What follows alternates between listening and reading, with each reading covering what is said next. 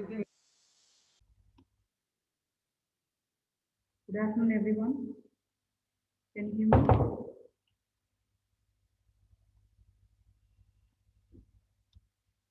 Am I audible? Yes, ma'am. Yes, okay, fine. So we are starting now module 4. So module 4, you have the topics Fourier representation of aperiodic signals. So in the third module, we have seen Fourier representation of periodic signals. Okay. So periodic signals, the Fourier representation is Fourier series that I have told already in the third module. And in third module, they have asked for only continuous time. They have not asked for discrete time. Okay. So in fourth module, the topic is Fourier representation of aperiodic signal. So aperiodic signal means it is a Fourier transform. Okay. So we will be taking the Fourier transform of the signal, and they have mentioned it is for discrete time. Okay. So in old syllabus, they have asked both CFS Fourier series for CT as well as DT. So that's why in old question papers we had questions from DTFS also. And some of you people have asked me the doubt, ma'am, how to solve that problem. But I told in your class itself. So that is removed for us now. Lakshmi, I did not get you. Can you just unmute and ask your doubt?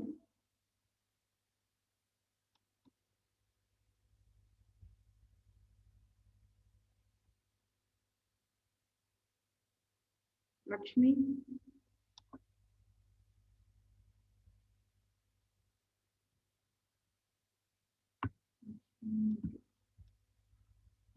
Okay, so module 4, you are having Fourier representation of aperiodic signals. So aperiodic signal means it is a Fourier transform. It's not Fourier series. And we will be studying for DT, discrete time. Okay, we will not study CTFT here. We will study DTFT as per our syllabus. So you'll be studying some definitions and the formulas of Fourier transform and the problems based on the Fourier transform. So that is one half of this module 4. The second half of this module 4 is you are having the properties of Fourier transform. Properties. So like in the previous module, we have discussed the properties of Fourier series. So here we are going to discuss the properties of Fourier transform. You have linearity property, time shift, frequency shift. The title remains same. Okay, so linearity property we have seen in the previous module. Similarly, time shift we have seen, frequency shift we have seen. But now what is the difference between this property and that property is, this is for Fourier transform and previous module has the properties of Fourier series. Okay, so here you can see differentiation, integration, same property is repeated, convolution, modulation, Parseval's theorem, and after discussing the properties, we will be solving the problems based on the properties of the Fourier transform. Okay, so this is the these are the topics in your module 4.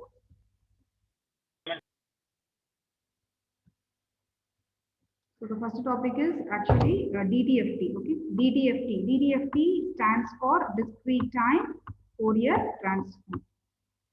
So why we go for Fourier transform? Because if you represent the signal in time domain, it will be a bit difficult to analyze the signal. So if you convert that signal into frequency domain, that means your x-axis should be frequency. If you convert the signal into frequency, so when you convert the signal into frequency, we will not call that as signal, we will call that as a spectrum. Okay. So if you convert the signal from time domain into frequency domain, then the analysis of the signal is very easy. So for that purpose, we go for a Fourier transforms. Okay. So if you apply the Fourier transformation for the aperiodic signal, that is called as Fourier transform. If you apply the Fourier transformation for the periodic signal, that is called as Fourier series. So now we will be discussing Fourier transform. So we concentrate only for the discrete time signals. You know what is discrete time signal? X of n. So X of n is the discrete time signal, which should be aperiodic. For that, if I apply the Fourier transform, then I'll be getting DTFT. So the definition is DDFT is used to represent discrete time non-periodic signal as a superposition of the complex sinusoids. So they ask you the definition. What is DDFT represents? So DDFT represents what? It is used to represent discrete time non-periodic signal. How to represent discrete time non-periodic signal? Which is nothing but a superposition of complex sinusoids. Complex sinusoids means it is e power term. So e power term. So superposition means if I add the complex sinusoids of all the signals, then I'll be getting the discrete time non-periodic signal. So discrete time non-periodic signal can be represented as a superposition of complex sinusoids using DDFT. That is the definition. Okay. And you should know DDFT is represented between which two intervals? It is represented between minus pi and plus pi. Okay, and you can see here the variable omega. So this is also omega, right? And normally we use this type of omega. So this omega is used to represent analog frequency. Okay, you should know now the difference between analog and digital frequency. So now since my title says that I am doing completely the concepts for the discrete time signal, so I will take the omega which is applicable for the discrete time signal. This omega is representing now digital frequency. Okay, digital frequency. So if you use W type omega, that is representing analog frequency, and if you use ohms type omega, it is a digital frequency. And we represent the units in radians, the digital frequency. You know, analog frequency we will represent using F means we will represent using hertz, and this omega means we will represent using again in radians per second. So this is just the introduction of your DDFT. Now you should learn two formulas. So using these two formulas, we will be solving the problem. So I can say, see, first I want to represent the Fourier transform. So Fourier transform is represented by capital X of e power j omega. This is your Fourier transform. Can anybody tell me how to represent Fourier series in the previous module? What is the notation? Can anyone?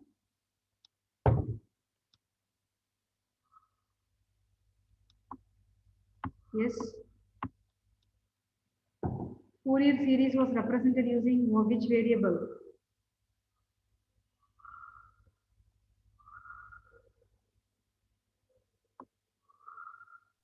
K, ma'am. X of k, capital X of k. Very good, capital X of k. So you should know the differences between the notations, okay? So capital X of k is representing Fourier series, and capital X of e power j omega is representing Fourier transform, okay? So if I want to obtain the Fourier transform for a given signal, my given signal is, see, I will just draw the diagram. So this is my input. My input is always discrete as per the syllabus, okay? So discrete X of n, and then my output is capital X of e power j omega. Okay? So this is my system. This is my system.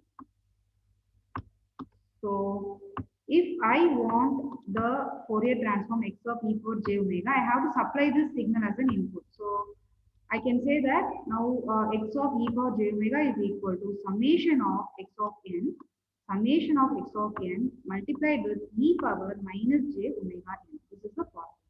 Okay.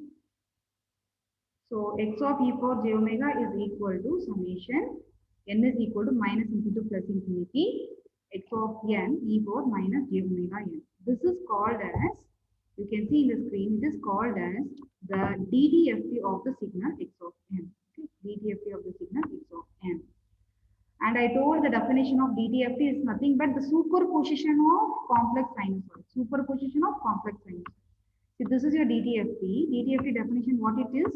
It is nothing but the superposition. Superposition means summation of complex sinusoids. You know why it is complex sinusoids? Because e power minus j omega n is having real part as well as the imaginary part. So I will call it as a complex sinusoid. Why it is sinusoid? Because e power j theta can be represented as cos theta plus j sin theta. It is having cos theta and sin theta. So I will call it as a complex sinusoid. Summation of complex sinusoid. So this is your DTFT, and see, I want to get back my signal x of n from this DTFT. So what is that formula? So x of n is equal to, I have to perform the reverse operation. So x of n is equal to 1 divided by 2 pi. So I have already told you the opposite of summation is integration. Okay. So integration, I have given the interval already, it is minus pi to plus pi. Now the input is x of e power j omega. Okay. So x of n is my output. So I want the output x of n from the input x of e power j omega. I am just performing the reverse operation. So this is my input now and this is my output now. Okay. So x of n is equal to 1 by 2 pi integral minus pi to plus pi capital X of e power j omega and e power plus j omega n d omega. So in this formula, I have used e power minus j. So opposite of that is e power plus j. So just understand the reverse operation of this equation 2 so that you will get the equation 1. So summation becomes integration and your e power minus j becomes e power plus j. So you can remember this formulas 1 and 2. So using these formulas, we are going to solve the problems now. And see, in simple way, I can write that relationship between x of n and x of e power j omega as like this. So x of n, if you apply the discrete time Fourier transform, you will get capital X of e power j omega. And can anybody tell me why I have used a two-sided arrow mark here? Can anybody? Even the previous module also I have used two-sided arrow marks. Why it is? See, normally we will write like this: x of n. If you apply DTFT, okay, you will get x of e power j omega. Okay, so now my question is why I have used a double-sided arrow mark in this? Why? Can anyone?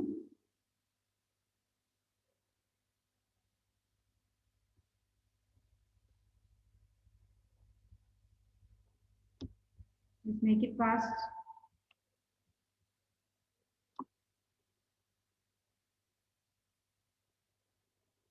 I should call the names. Reversible equation. Very good, reversible. Okay, very good. So I will perform inverse transform. So inverse transform. So what it says, the input is e power j omega. Input is e power x of e power j omega, and the output is x of n. So since both the operations are possible, if you take this Fourier transform, so we use double-sided arrow. Okay. So you should not forget to use double-sided arrow mark when you represent the relation between this x of n and x of e power j omega. So I will call my equation 1 is called as the inverse DTFT. Inverse DTFT, you know why it is called as inverse DTFT? Because equation 2 gives me the output as DTFT. So equation 1 is giving me my original signal back. So that is called as inverse DTFT. Okay. So all these things you can know, write down. I will circulate this notes today. So afterwards you can write it.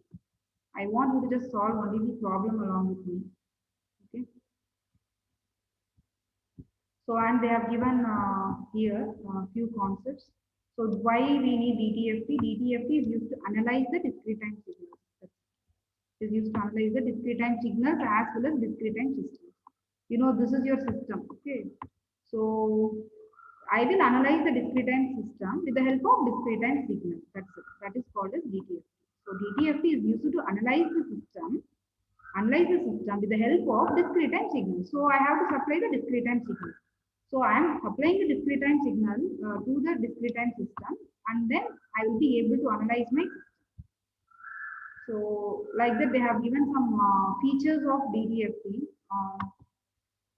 And another important thing here is if x of n, if my input is of infinite duration, then the sum converges. So, you know, you can see here the sum converges. You know what is converges?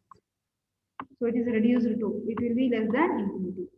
If the x of n is of infinite duration, then the total sum, see sum I have written here, sum of x of n is converged. That means it is less than infinity. Okay. So that is one point here. The next point is the contradictory point. So I'll show you that point. So here you have another point here. If x of n is not summable, you know what is the meaning of if it is not summable? If it is not summable, then it will not satisfy the condition. What is the condition? Less than infinity. So I can say from the second equation, I can say it is not converging. Instead, it is making me an error called mean square error. Okay, it is giving me an error. So first point, what I said, if it is infinite duration, then the sum of x of n is converging. So converging means it is less than infinity. The next point, what I am trying to tell you here is, if the summation is not applicable for this x of n, then definitely this will not converge into infinity. I can say it is not, now I can write like this. It will not converge to infinity. Instead, it will give me an error called mean square error. Okay. See, if you are attending some exams, no, these points you may get in objective type questions. So you need all this information about Fourier transform, discrete and Fourier transform. So now I want all of you to solve the problem along with me. And this question I have taken from your prescribed textbook. Okay, so that's why I have written example 3.1. So it is from the prescribed textbook. So take down the question. Find DDFT. See, normally they will not expand it and give in the question paper. Discrete time, Fourier transform like that. They will give the short form DDFT of the sequence x of n is equal to alpha power n u of n.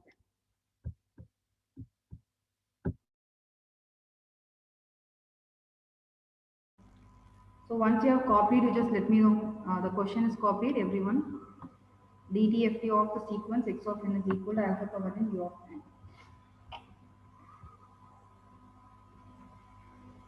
Shall we start?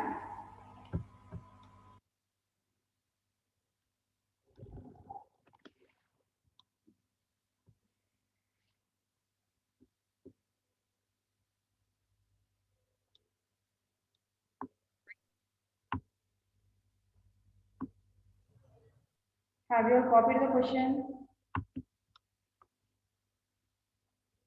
Yes, ma'am. Okay.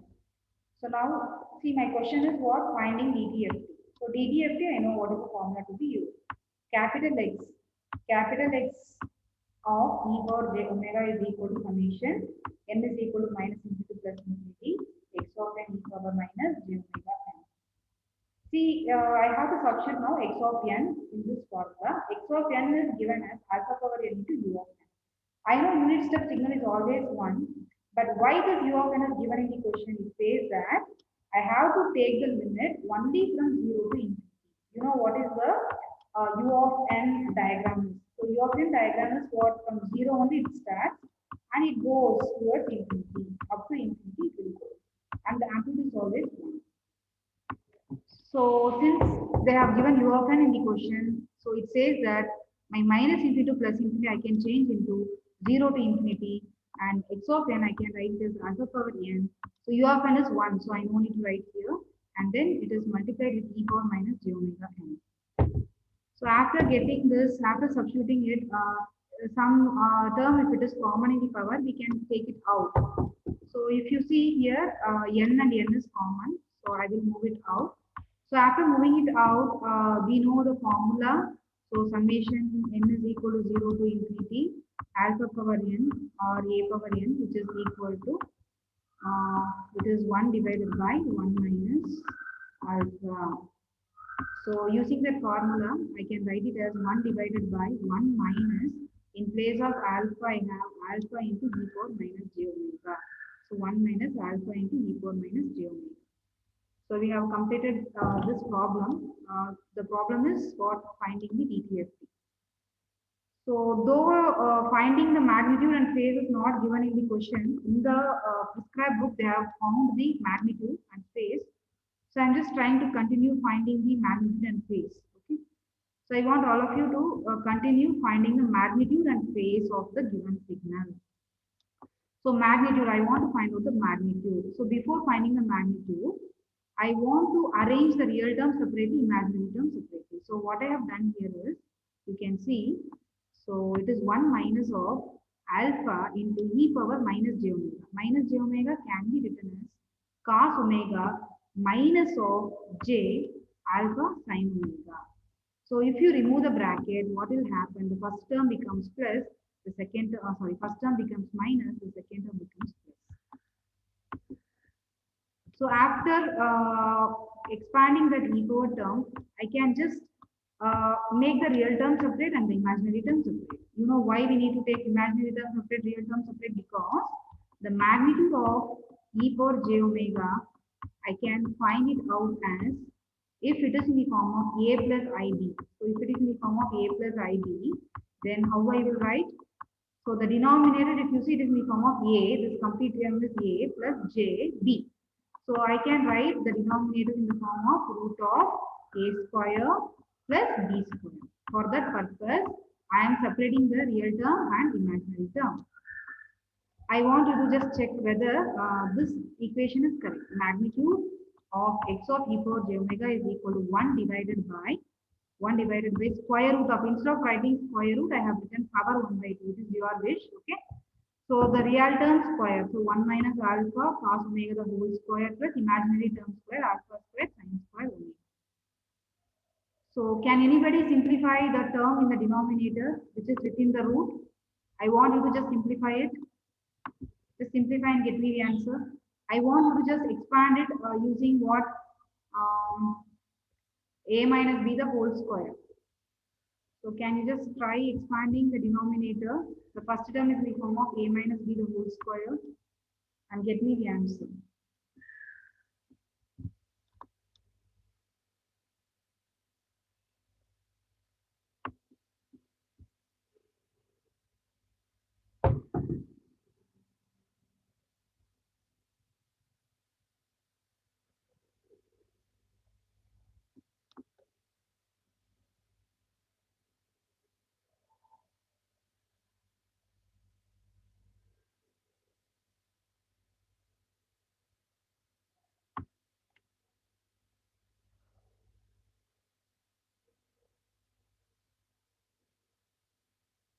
Anyone found it?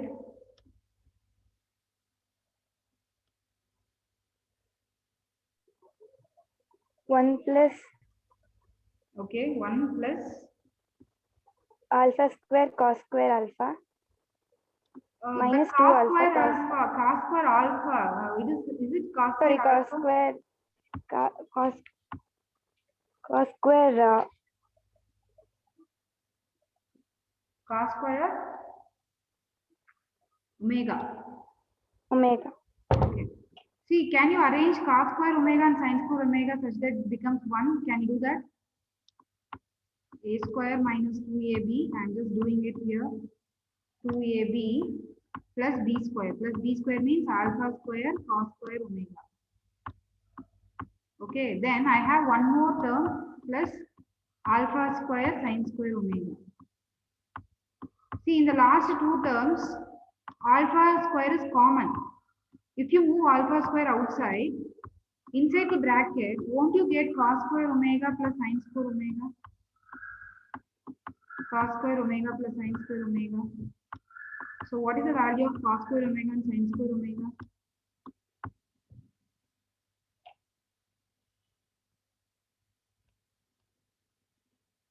Are you people sleeping? Fourth hour.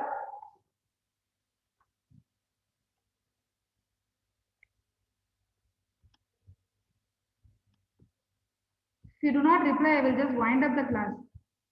Yes, ma'am. What is the value of cos square omega and sin? 1, ma'am. 1. Okay. So now, what is your final term in the denominator? Is it 1 minus 2 alpha cos omega plus alpha square? Yes. Yes, ma'am. Yes, the whole power 1 by 2. Whole power 1 by 2. Okay. So this is your magnitude. Similarly, you need to find out the phase. So to find out the phase, again, our reference equation is what? Our reference equation is this one.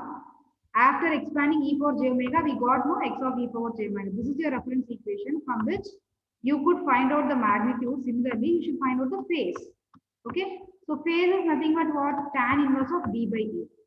So tell me tan inverse of b. What is here in place of b? B is alpha sine omega, the whole divided by A. A is 1 minus alpha cos omega. Is it right?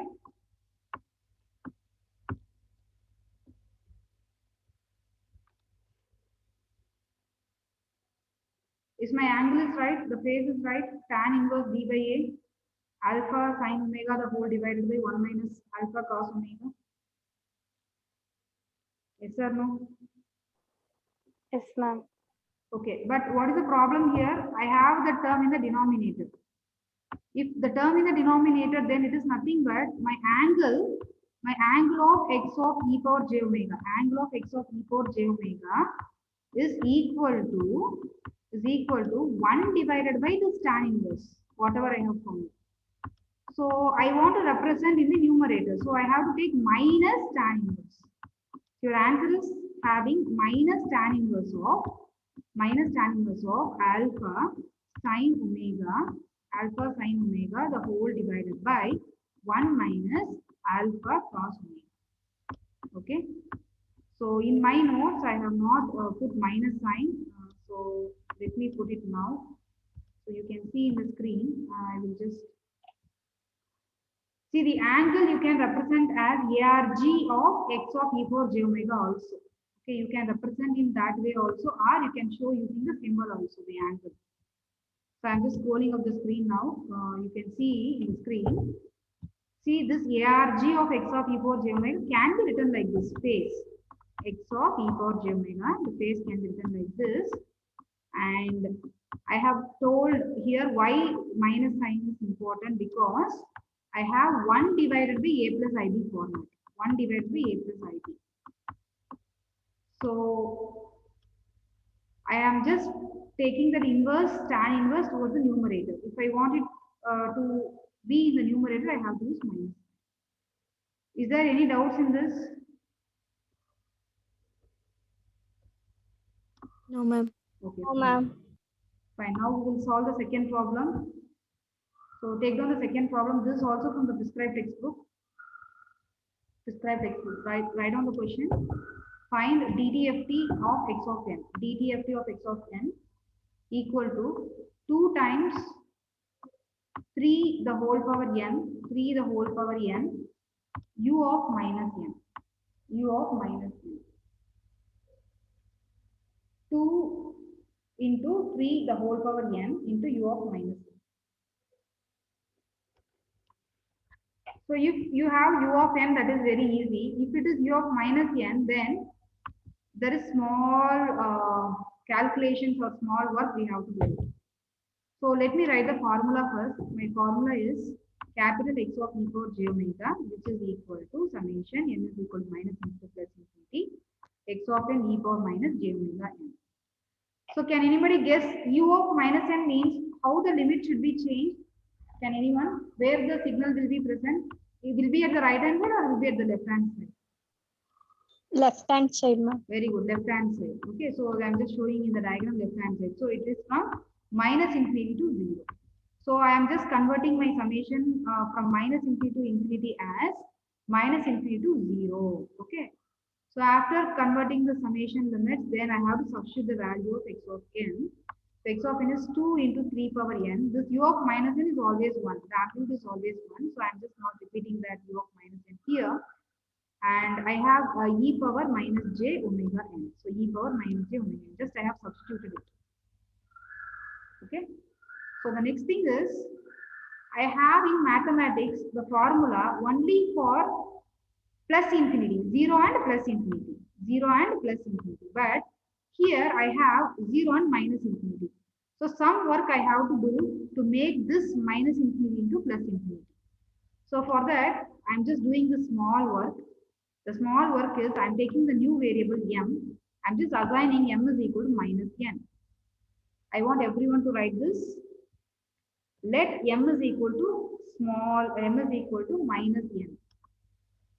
I have given the reason why I am using m is equal to minus n, because in my summation I have minus infinity. I want to convert into plus infinity. So for that I am just doing this assumption, m is equal to minus n. Now, if m is equal to minus n, listen here. So here in the lower limit I have n. The summation is for n. So now I want for m. So m is equal to minus n. My assumption is, so in place of n in the lower limit, I have minus infinity. So already here I have one minus. So my summation, lower summation is having minus infinity. So minus and minus becomes plus infinity. Can anyone follow this? Why it is now plus infinity? How it is plus infinity? Yes, ma'am. Yes. So my lower limit is plus infinity only still. Okay. Then I have to see for the upper limit. Upper limit again m is equal to minus n. So in place of n I have to substitute 0. So 0 does not have any value. So minus 0 is again 0 only. Okay. So 0. So if I do this change for the summation, then the remaining terms inside the summation also I should convert into m only, because now summation is for m. So originally I have n in the summation, inside the summation. So that should be converted into m. So n should be equal to minus m, because m is equal to minus n. So n is equal to minus m. So if you rearrange this, I can say n is equal to minus m. So this 2 I have moved it outside here. So 2 is moved outside. So it is 3 power minus m, 3 power minus m. And here you have e power minus j omega n. So here already you have minus n. That minus n can be written as plus m. So it is e power plus j omega n. Any doubts in this up to this? No, ma'am. No, fine. So now I told you number of times. See, 1 plus 2 plus 3 is equal to the same answer. Similarly, 3 plus 2 plus 1 is also giving me the same answer. So there is nothing wrong in changing the summation, means swapping the summation limits. So here I am doing in this step. So I am rewriting m is equal to infinity to 0 as m is equal to 0 to infinity. That's it. And 2 is there already out, that is maintained as it is. And now you have within the summation, you have the term e power minus m, e power plus j omega m. So I can take m outside, the power m outside, because I want the formula like this. n is equal to 0 to infinity. I want to convert into standard format. Alpha power n, like that I want. So that's why I'm taking plus m outside. Okay? Because my standard formula is having plus m. So I'm taking plus m outside. If I take plus m outside, I'll be having e power minus 1. Okay? E power plus j omega the whole power m. Can you people apply the formula and get me the answer? It is 1 by 1 minus alpha.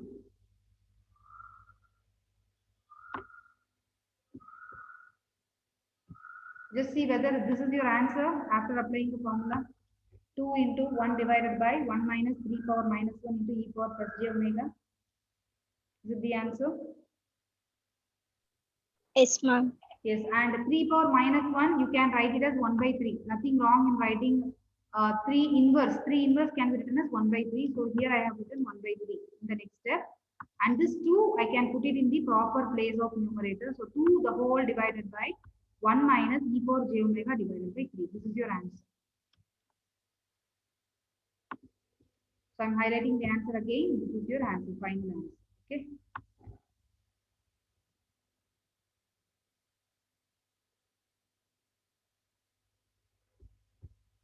So you can copy this next question. Compute DTFT x of n is equal to 2 power n u of minus n. Is exactly similar to the previous problem, because previous problem you had u of minus n. Here also u of minus n. So I want you to solve by yourself and get me the answer. I will not show you the screen. Solve it by yourself. See, the meeting is showing less than 1 minute, okay? So it may end at any time. You once you disconnected, you connect it back. And meanwhile, you can solve the problem and get me the answer.